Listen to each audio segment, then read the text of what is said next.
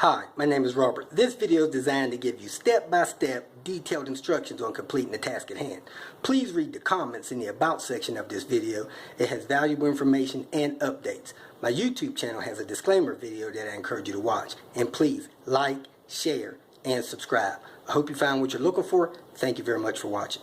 Here we are with Andrew's 850R. This car has the trailing arm in-link bushings busted on it. So we're going to replace them, got some new ones in, and go from there. A lot of times you don't even know that these in-link bushings are busted. Sometimes you can hear some banging around, but big thing is it knocks your rear out of alignment. You start eating up tires.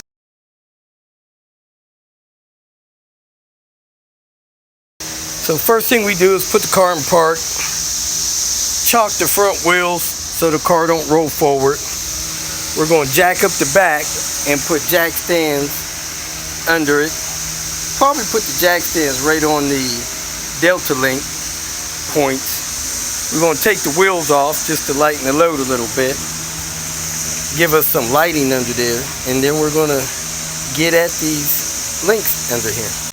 Got the car up on jack stands both sides. We're going to take the wheel off just for lightening the load back here. You probably don't have to take the wheel off to do the job, but we're going to. So there's that busted bushing there. You can see it separated, and you can put a pry bar behind there and move it around. So normally what you do is you remove these two bolts. They come out the top, and then you put an 18 on the end of it back there. Kind of hard to reach. And you do the same back here. And we're also going to be redoing this anti-sway bar, because this anti-sway bar that's on there is not an R anti-sway bar. It's a little thinner. The R one was busted, and we put one on there that was a non-R. But the first thing we're going to do is bust these loose here. Let me put the tools on you so I can tell you the size. These are probably 13s, and these may be. The lower nuts were 21, the upper bolt heads were 14s. I knocked both of those loose. I'm gonna knock them loose on the other side as well, because we got replacements for both sides. When replacing these trailing arm in-link bushings, if the vehicle has a rear anti-sway bar installed, it'll be easier to take the anti-sway bar loose on the right side, the US passenger side, so that you can maneuver the trailing arms apart a little bit. If you're going to replace the left side one, the one on the US driver's side, go ahead and probably totally remove the rear anti-sway bar. And once that rear anti-sway bar is out of the way, you can actually push the rear tires outward so that you can reach those 18mm bolts on the end of the links. As you can see here, I removed the two bolts that hold the trailing arm bushing in place. And since this right side was totally busted away from the trailing arm, I started prying to try to pry that piece of the bushing out of the actually right arm that goes over to the left. So you can get a bigger pry bar, pry it out, just work it out. If the other side is loose, you could probably spread the tires apart so that that thing can fall out and go from there. I got that one worked out with the screwdriver. Now there's a 18mm nut on the side of that. So I'm going to go ahead and work on getting that nut out. I got a pivoting boxed in wrench that I used. This was not broken, but since we have it, we're going to replace it. Heck, it is broken. The bottom part of it's broken. So we're going to knock this anti-sway bar off, the two bolts there, to remove the anti-sway bar, and take the anti-sway bar off this side to get that out of the way. Now that the anti-sway bar is out the way, you can see that's broken, and it's easier to get at that 18 on the end, and it's easier to pull this towards out and get it out as well. So just take both sides loose, even if you're not replacing both sides. Now I'm going to get something under there so that I can start pulling this off, and that nut's tight in there, and when you start trying to ratchet it, it'll go down. So you got to wedge something in there so that it doesn't go down on you while you're trying to take it loose. I got it broke loose. Now I can pull it toward me like this, hold it with one hand and unscrew it with the other. I got that side out. I left that sitting in there like that.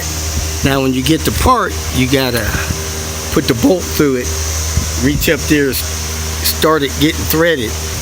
You're gonna have to get it channeled in there before you can start tightening this end bolt up. And it's got red thread locker on there. You may want to do that, but you really should get this aligned if you do these. But you can put your nuts as close as you can to the marks that they were to get it close. The left side one, the driver's side one, has two fins on them. That's that one over there. The passenger side one really has one fin on it. So that's how that goes. And we're going to compare the replacements from the Melees with the Volvo. We're going to put Volvo ones on red bearing and Melees on this one, so we can see how they hold up. This is the original one, and they go in this way.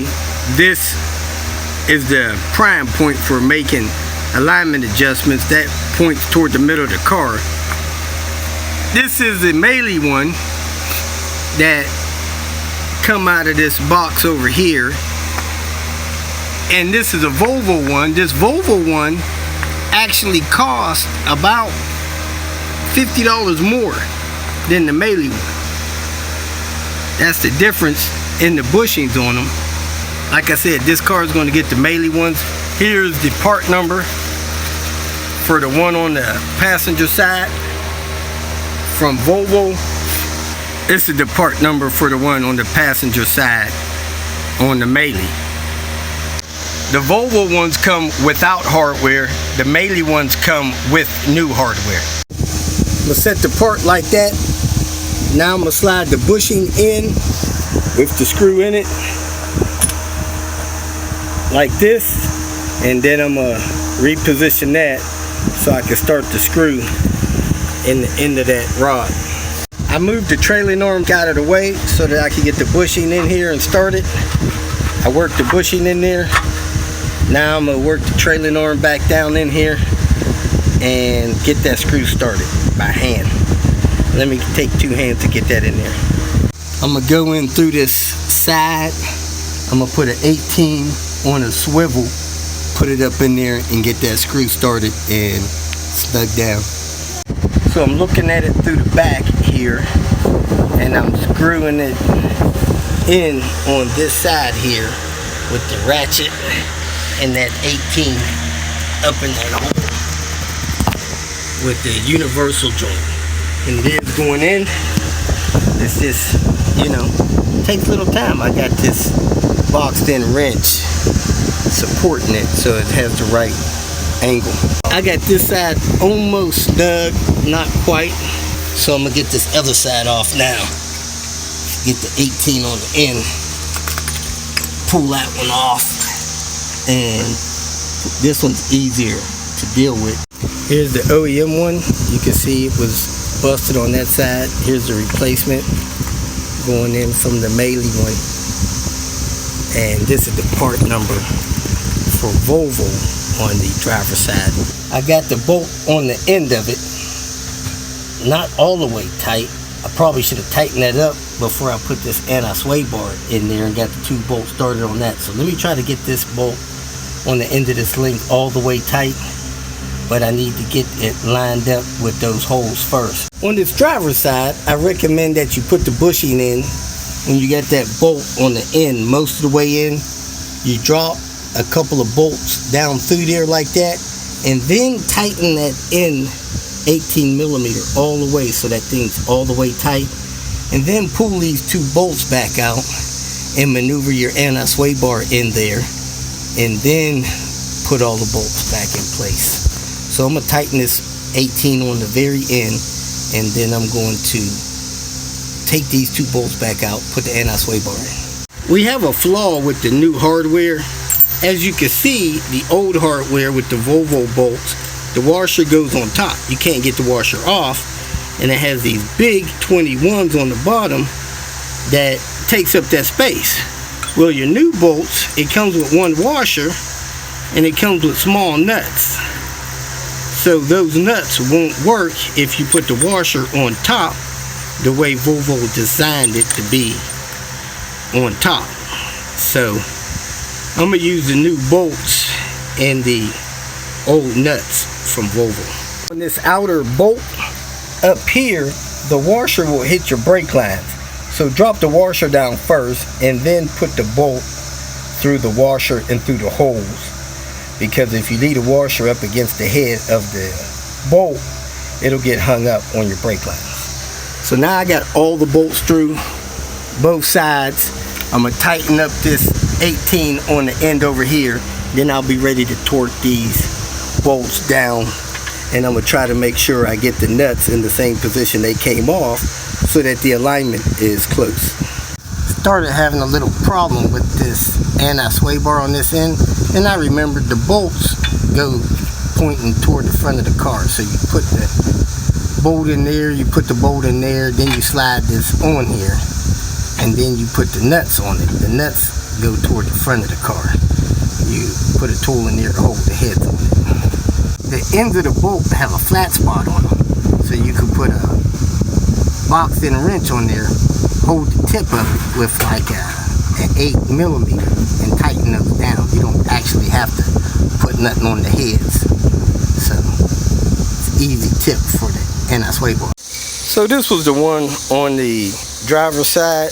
If you look on the underside of it, that was about to crack right there. It's got a hairline crack across it, so that was about to break off too. And that was the other one, totally broke off the back. So here's everything back together. The links and stuff in there. I just torqued everything to like 35 foot-pounds and let somebody post what you're supposed to do. I wouldn't do them no tighter than that. That's that. I'm gonna put the tires back on, drop this thing to the ground. We can go racing. Yeah. Back on the ground, wheels torqued, ready to roll without all the banging around back here. If you feel that this information was useful, please like it and share it with your social media friends. You can subscribe to my channel so that you will get notifications of future videos that I post. You can follow me on Twitter, and if you need to contact me directly, please visit my website. And if you have any questions, leave them below, and someone or myself will reply to them. Again, thank you very much for watching.